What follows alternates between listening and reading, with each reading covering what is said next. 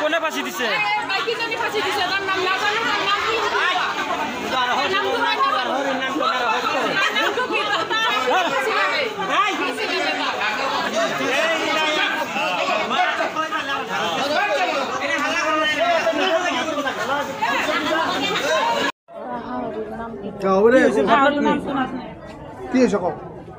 তাক মাৰি কেনে ফাঁচ লগাই থৈ দিছে এনতে তাৰ হাউৰি আৰু তাৰ শহুৰ এনতে তাৰ 3 দিনমান আগতে কাজিয়া হৈছিল হোৱাৰ পিছত আমি মিলামিলিকে থৈ আহিছিলোঁ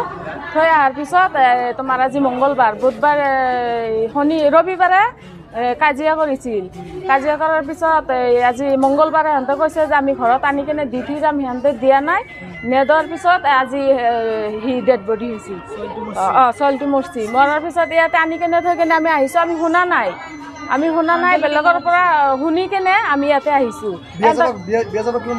বিয়া যাবা 3 বছৰ হৈছিল বুল্লুটোত বিয়া